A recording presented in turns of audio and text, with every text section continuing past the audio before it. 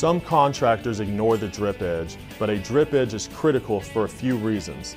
Not only does the drip edge provide a finished look from the street, it also helps protect the property in many other ways. The right drip edge helps protect the vulnerable areas from insects entering the space between the deck and the fascia board. Drip edge also protects the deck from wind-driven rain. First, drip edge improves the efficiency of water shedding at the edges, pushing water away from the building, adding to the protection of the underlying wood. Second, it guards against the movement between the deck and the fascia boards. And finally, it adds a finished look to an asphalt shingled roof. When installing drip edge, you need to understand its requirements and how to install it properly.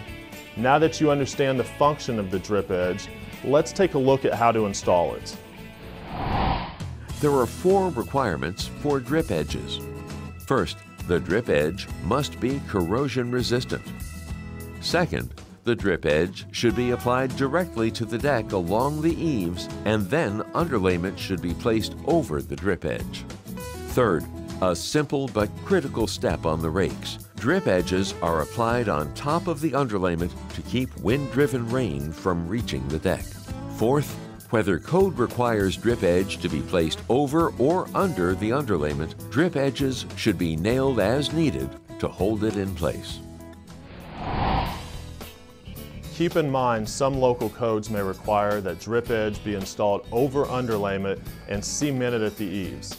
If so, remember that local codes have priority.